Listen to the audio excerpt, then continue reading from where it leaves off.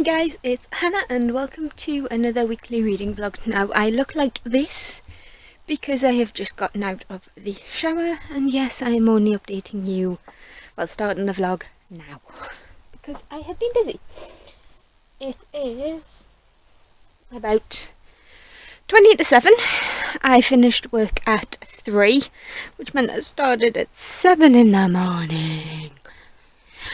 But between finishing work and popping here, I have read almost all of A Dark and Hollow Star. I think I only have just over 100 pages left. I'm on page 367 and this is a 499 page book. So things are starting to come together.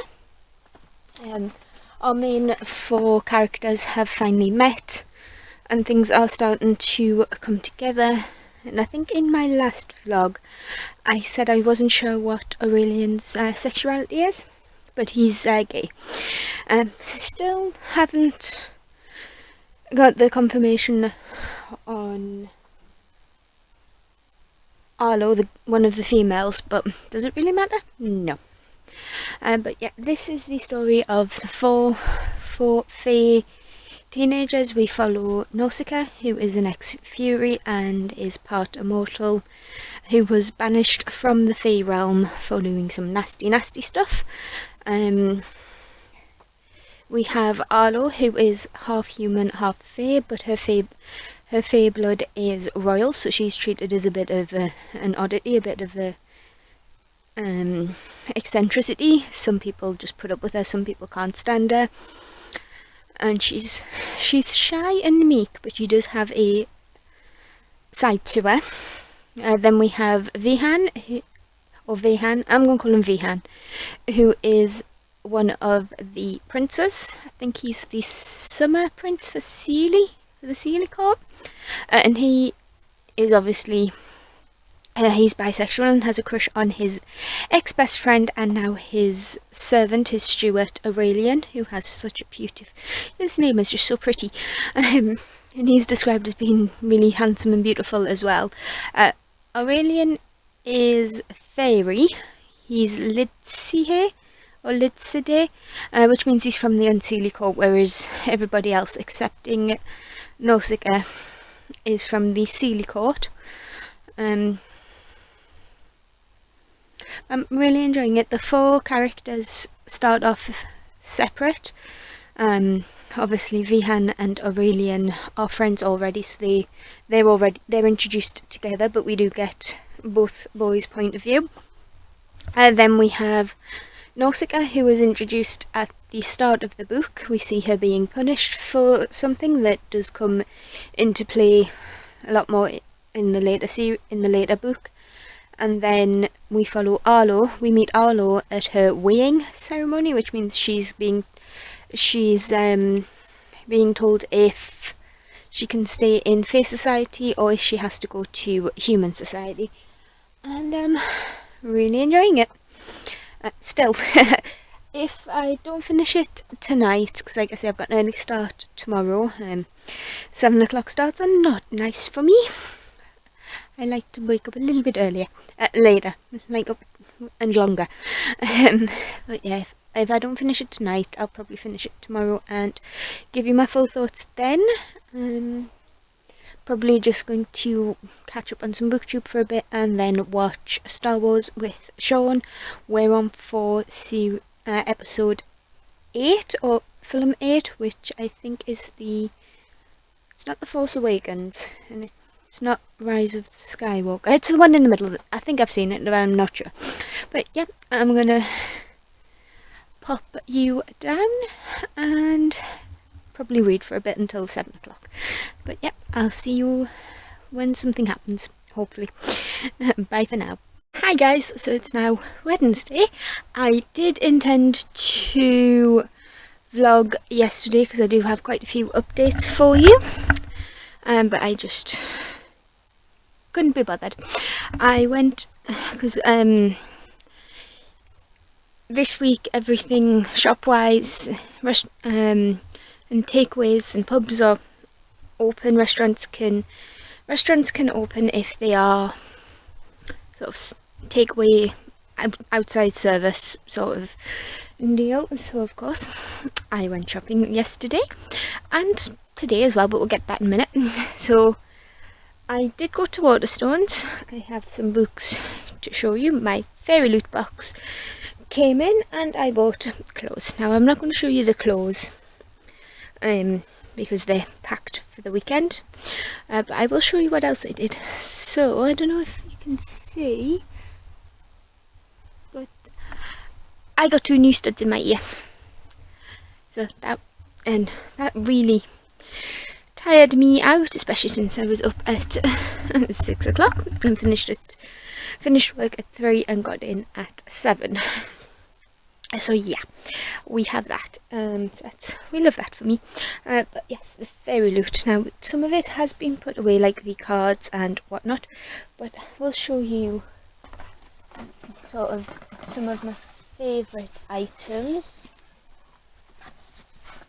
We have a little headband, which is absolutely gorgeous, but I can't remember what it's inspired by. So we have that one. We have the socks that I'm wearing. Is it going to show you? And they are definitely winter night inspired, and I love it when Fairy Loot do socks. So I'll show you the books I bought. Oh, glare. So I did buy 4, and I'll show you the Fairy Loot book as well. So the Fairy Loot book is The Bright and the Pale by, and I'm probably going to butcher her surname, but it's Jessica Rubinkowski. But yep, and I don't know much about this one. To be honest, I don't know much about the Fairy Loot books. But we have 7. Oh, glare. So enough fun. 17-year-old Valeria is one of the only survivors of the freeze. A dark magical hold mountain unleashed on her village. Everyone, including her family, is trapped in an unbreakable sheet of ice. Ever since she's been on the run from the Tsar, who is determined to imprison anyone who managed to escape. Valeria finds refuge with the Thieves Guild, doing odd jobs with her best friend Alec, the only piece of home she has left. That is, until he is brutally murdered. A year later, she discovers Alec is alive and being held against his will. To buy his freedom, she must lead a group of cutthroats and thieves on a perilous expedition to the very mountain that claimed her family. Only something sinister slumbers in the heart of Cannot, and it has waited years for release. Inspired by Russian folklore, Jessica Rubinkowski's epic fantasy debut is a thrilling page-turner with romance, tragedy, magic and monsters that will stay with you to the very end. And those end papers are stunning. So I haven't actually looked underneath the dust jacket yet, so we'll do that together. Oh, now that is pretty. I'm just in awe of the pretty blue embossing. Is the camera going to pick it up? It's just like a little symbol there, but it's quite understated. So then we have the dust jacket. So what's the best way? So we have the dust jacket. They're all blonde. Why are they all blonde? But well, and then we have the author letter again with. She looks much prettier on that picture. But I'm assuming that this is Valeria. But then the books I bought myself are the next 2 books in the Mistborn trilogy. We have book 2, which is the Well of Ascension and the Hero of Ages. And then the next 2 I bought were on buy one get one half price, which is always a fun thing. But we have the Waterstones exclusive of A Vow So Bold and Deadly by Bridget Kemmerer. And then we have House of Hollow by Crystal Sutherland, which is actually a lot shorter than I thought it would be, and it is signed. But yeah, so that's the books that have recently come into my collection. I've recently purchased. Because I do pay for Fairy Loot out of my own pocket. I'm not sponsored, gifted, or affiliated with them. So I finished A Dark and Hollow Star by Ashley Shuttleworth. I gave it 4 stars. Really enjoyed it, but there were a few things that pulled me out of the story. But I know it is a debut, so I'll give it came out of 4, which is kind of my average at the moment. 3 means it's good, it's okay. 4 means I enjoyed it. 5, absolutely loved it. 2, I think I have 1 2-star read, and that's just like, nah. Struggle bus, no. But yeah, the book A Dark and Hollow Star follows 4 characters. Sorry, like fluff in my hair. Probably, I'm trying on close. But yeah, it follows 4 characters. We have a Ironborn, which is like a half fae, half human, a fae prince, a fairy, and an ex-fury.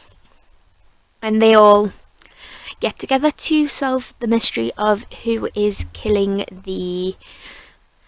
It's not covered. But who is killing the Ironborn in Toronto, where the Sealy Court owns it or runs it. You are pretty much thrown in at the deep end, but for me at least, there's a balance between world building, because some of it is set in the Fairy Court and some of it is in modern day Toronto. So there is enough for me to do. The balance is there for me to not feel like it's info dumpy. And we are pretty much thrown in at the deep end. There is an explanation between the difference between fae and fairies, because they are 2 different species in this book at least. So you have your fae, which are what we would class as fairies. So like Carden from the Cruel Prince, his sort of look, inhumanly beautiful, magic, immortal to a point. And then you have the fairies, which are your pixies, your Lidsey fae, your goblins and things like that. Then you have the immortals, which is what one of our characters, Nausicaa, is. She is an ex-fury. And then above that you have titans and gods or deities. But it's really interesting. We get a glimpse of what's happening between 5 different POVs. We follow Nausicaa, Aurelian, who has such a pretty name, Vehan, and Arlo. And there's so much representation in the book that I think in a previous update I said I wanted, it would be nice to see genderqueer or non-binary, because the author themselves uses they them pronouns, and my wish was granted. There was, after I said that, I think I came across like 2 or 3 mentions of characters with those pronouns, and they didn't feel like they were just thrown in for good measure to get the representation, the diversity tick. But they were there, they were accepted, and it's what I liked about the book as well. Again, speaking as a straight white female who identifies as female, there doesn't seem to be any racism or bigotry or even hate on people's sexualities or genders, and everybody just sort of rolls with it. So yeah, and I am just about to start The City of Brass by S.A. Chakraborty. I haven't started it yet, but from what I hear on BookTube, this follows Nari, who is a a bit of a con woman. She has a gift in sense of health. She can sense what ails people, and pops them in the direction of her friend or her grandmother's shop, to spend more money on treatments that they may not necessarily need. But then something goes wrong and she ends up waking a djinn. And that's all I know, and that's all I want to know. So I'll come back to you when I've started that, maybe with an update when I'm 100 pages in or so, if it's not too late. And then I'll see what happens. So when you next see me, hopefully I'm enjoying City of Brass. Hi guys, so it's a Thursday. We are nearly at the end of the week. Woohoo! So reading update. I got to I'm just shy of the 100-page mark, but I'm on page 92. I think I finished it in the middle of a chapter, which is not like me at all. I must have been too tired to finish the chapter last night. But I'm really enjoying it. I'm getting a sense for all the characters and the world.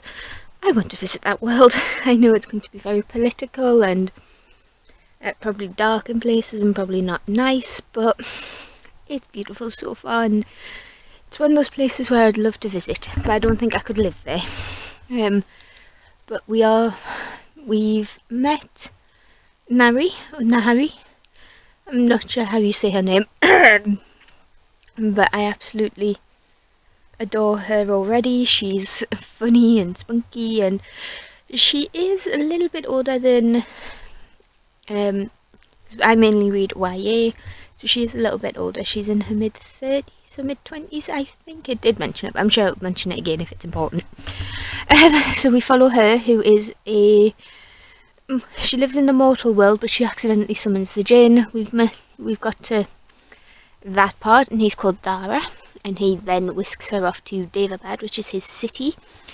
And then we also follow a prince, Ali, and I've just got the one chapter from him so far, and he is trying to make things more even and equal for for everybody who lives there, because you have your half djinn, half mortals, your mortals and ifrits, and all the magical beings live together in somewhat of a social hot pot.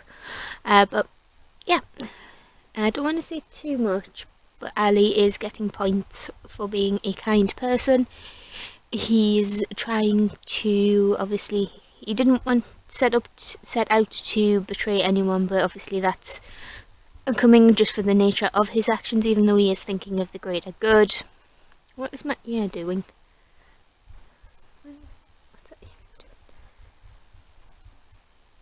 There we go, it was just annoying me. But yeah, and it is really interesting so far, and I don't want to talk too much about it because I feel like everybody's heard of this book at least. Yeah, I'm doing well for reading hyped books at the moment. In case you couldn't tell, hyped books scare me a little bit. I'm a little bit intimidated by them. But yeah, the rest of the night we'll be watching some booktube. I have Reagan's video from Peru's project. I have her vlog to finish. Because I started watching it this morning and then watched a little bit more in my lunch, and then got distracted and turned it off. And then I know April from Aprilus Maximus has popped on, has uploaded a new vlog, as well as a few other people who've just uploaded videos. So I'm probably just gonna pop them on and read for the rest of the evening, and if anything interesting happens I'll come back and let you know. Otherwise it'll be tomorrow when I see you. So it's Friday, we made it to the end of the week, and also the end of this vlog. The reason why I'm ending it now is obviously I'm going to be busy at the weekend and I don't really want to take the camera.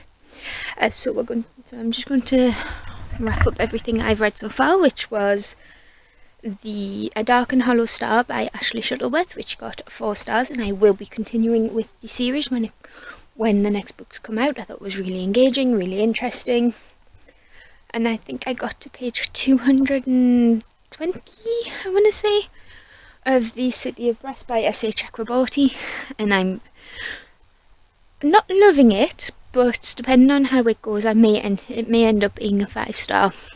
At the moment it's a very high 4-star. I'm loving the interactions between the characters. At this point, our two perspectives, Ali and Nari. Not sure how you say that in my accent, it just sounds weird. But they haven't met yet, but Nari?